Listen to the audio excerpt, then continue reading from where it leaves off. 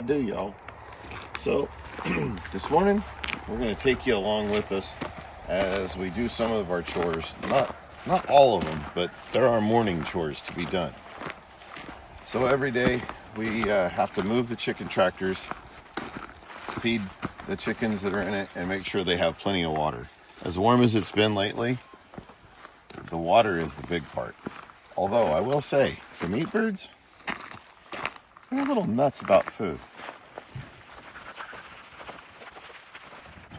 Okay, so we have the last round of the layers that we're adding in are up on the top here.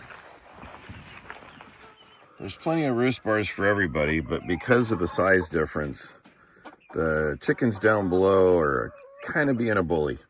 So we're keeping them together but separate, if that makes sense, so they kind of can get used to each other a little bit better. I'm going to steal a little bit of the meat birds' feed because the young layers dumped this over. They're not always the brightest.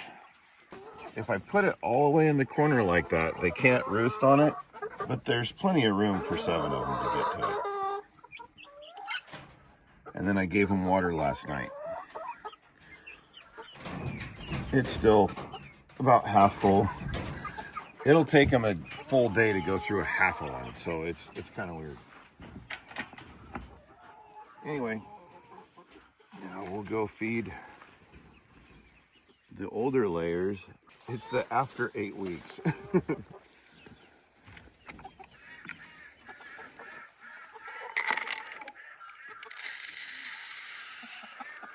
There you go, ladies. And they need to fill their water up. We'll get it on the way back because I'm sure the meat birds need water too.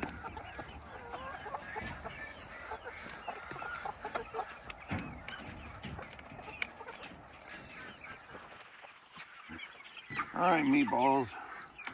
Oh, that's fun. There's a yellow jacket on the handle. You can be squawking, but you gotta be walking.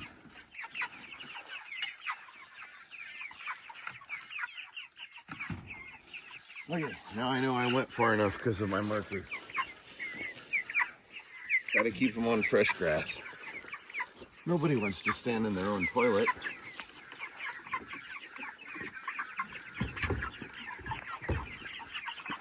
So you gotta get out the way. I know, I'm the snack man, but you gotta let me put it in the thing. Yay.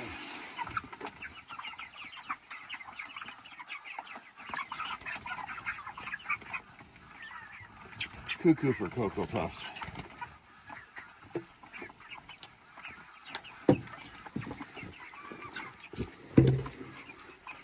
Okay, actually it's an organic soy-free feed, but the saying goes, you know.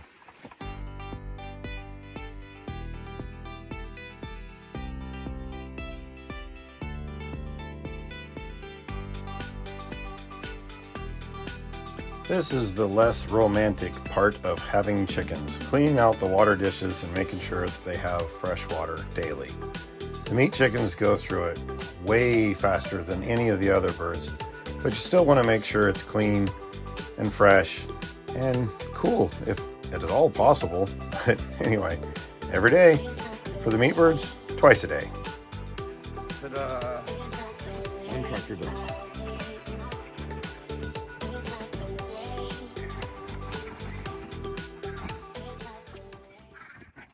Alright, so next we'll do the static coops. We give the chickens the scraps that we have. We don't have a ton of food scraps, but the ones we do, we give to the chickens. And then the grubs too. The peas are for the ducks, and they both get grubs actually, but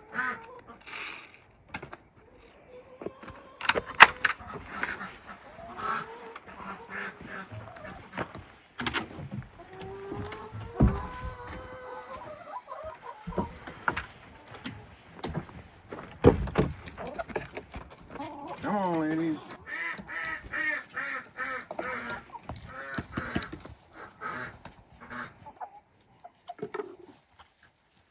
Okay. To the quack shack.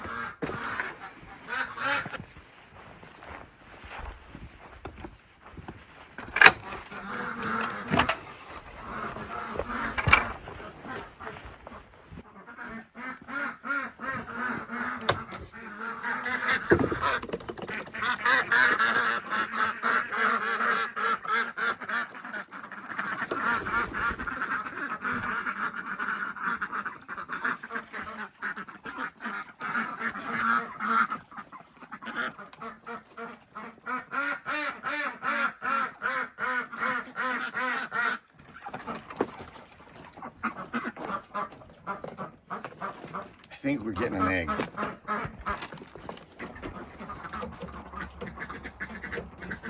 Ta-da!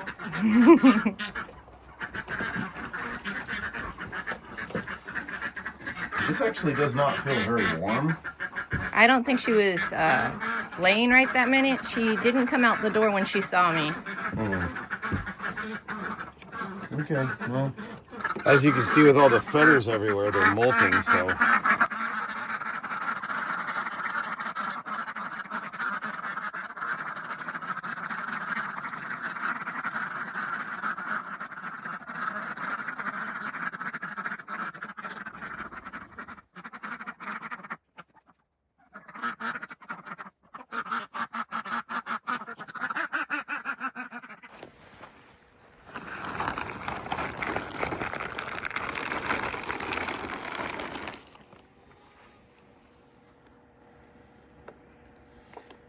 All right, well, as you can see, the little tiny exhaust fan that we have is on. I gotta get a bigger one. So we roll up the side of the greenhouse, feed all the chickens, and now we get breakfast because our day can start. Well, the human side of it can start. But after breakfast, we got to deal with this. We had an intruder. So this fence is what, 30 years old at least. That, it's not really doing a whole lot. And they broke the barbed wire in here. And they shoved this down, and they walked their happy little butts over here. And the cows stripped almost all of the leaves off of the cherry tree, which, as you can see, it's not a very tall cherry tree. So it's established, but anyway. And then over here is pear tree. It has even fewer leaves. So we'll see if it pulls through. But yeah, so I wasn't really ready to do the fence, but the cows say it's time. Like most ranches, the animals control it almost as much as the weather. So again, the less romantic side. You do it because you have to, not because you're ready. What are you gonna do? All right, I'm not sure how well you can see what I'm doing here, but I measured from the other end of this panel down here to 92 inches, and then I'm taking the little circle part of a crescent wrench. And I went 92 to give me a little bit of bend allowance, because what I'm trying to do is create a panel that will go between 4x4s that are 8 foot on center. So I got to get rid of the width of a 4x4. But that also makes it so that a 16 footer can be cut down, and you're gonna, like, it's like one of these is right at 8 feet. Well, it was over here, but you know what I'm saying. Brought all of these up because this is the bottom. So all of these are going down, and then this one's gonna have to overlap, or I'll just cut the two where they meet. But anyway, using a little pipe wrench, putting it on a mark, and lining the handle up on the last mark. I'll do it this way for you. And then just coming out about a ½ an inch and giving it a tweak. And then these will all get stapled to, like with a fencing staple to the 4x4, but I'm also gonna run a trim board on either side of it, just to kind of make it pretty. Okay, so if you guys have been following our channel for a while, you know that I've done a couple of videos on building fence down by the road and whatnot. So the total perimeter of our property is literally more than a mile, but just around the yard, we're going to be replacing the fence that we do have with kind of a little more of a ornamental type looking fence, a pretty fence, if you will. But this is just one section of it because the cows, well, they decided that the old one just wasn't good enough to keep them out. So anyway, we've already talked about that. Okay, obviously I'm going to take down the net fencing behind it, but essentially that's what it'll be, with The 4x4 right here, there will be a pressure treated board across the bottom. And then I'm just going to use regular, lumber on everywhere else. Pressure treated is for ground contact. It's going to be pretty close down here. And then obviously the post will be. This post I'm going to leave because, well, it's already there and the gates on it and all that stuff. But anyway, go down to 8 feet and the next one and the next one. And because I'm putting posts in concrete and I'm going to be tying them together and everything, I'm not going to worry about doing any kind of an H-brace or anything like that. That's basically just more for field fencing and whatnot. So we're going to go from the man gate until we run out of panels today, or if I get too hot. Because I don't know if you can tell on my face already, but we're getting shiny already. It's going to be a warm one today. They've issued a hot weather warning or heat index thing or whatever they call it. Don't stay outside too long. So every once in a while, I'm going to have to go inside, cool off, get something else to drink, blah, blah, blah. Lots of water, lots of Axio and all that. But anyway, I'll go gather some more tools and then we'll get started.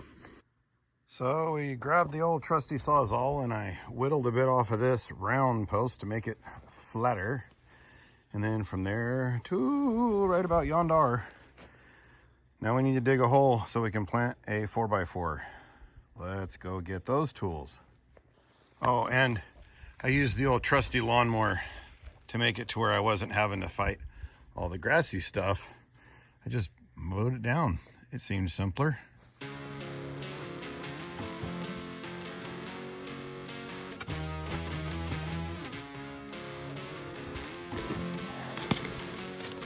Now you can see how much rock we have in this. It's like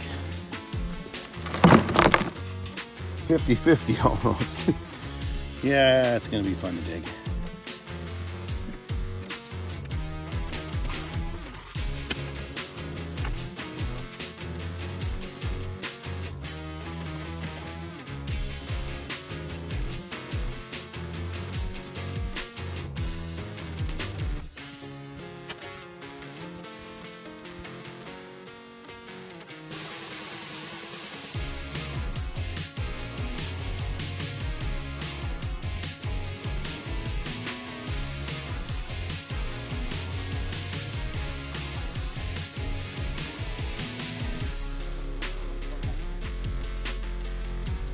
Right here I'm actually using some of those rocks that I just dug out of the hole to put a base underneath the post so don't rot out as fast. That gives us a little bit of a base. I'll get the posts in there, and because of the way we're doing it with this wire stuff, I'm going to go ahead and staple the wire mesh in between the two posts, and that should keep me fairly level. And then depending on how thick I mix it, we may need to put like another stabilizer out to the outside. If you mix your concrete thick enough, you can just set that post and it ain't going anywhere. But I'll go get the post and we'll be right back. So I drew a line on here with a level. Even though this post is not completely plumb, I've got a plumb line drawn so that I can start off with a good start, because that's where you start things. So now we'll staple them.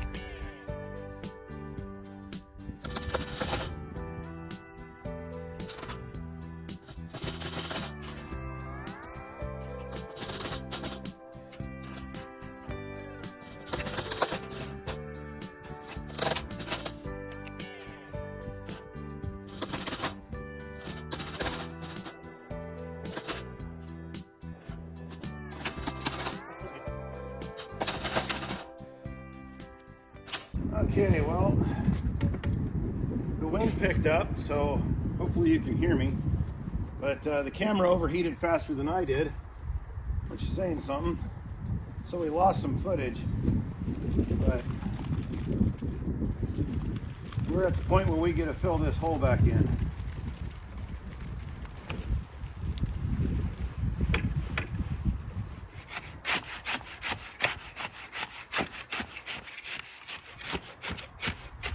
Well, ain't that a peach. We're about 2 inches from the surface of the ground. So that's fun. All right, well, there it is, such as it is.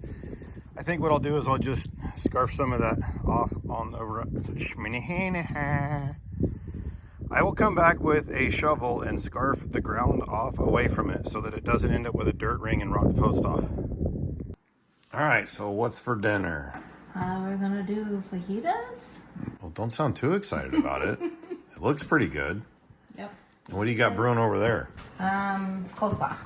Oh, we gotta see that. It's not mixed yet, but Yeah. All right, so apples and red that's actually purple cabbage. Yep, and regular green And cabbage. regular green cabbage. Yep. And then how do you mix your stuff? What's in it? Stuff. Oh, the mix? Yeah, the sauce. I use a little bit of lemon juice, a little bit of vinegar, mayonnaise, salt, pepper, mix it up. All right. Well, that's it for this video, guys. God bless. We'll see you in about a week or less.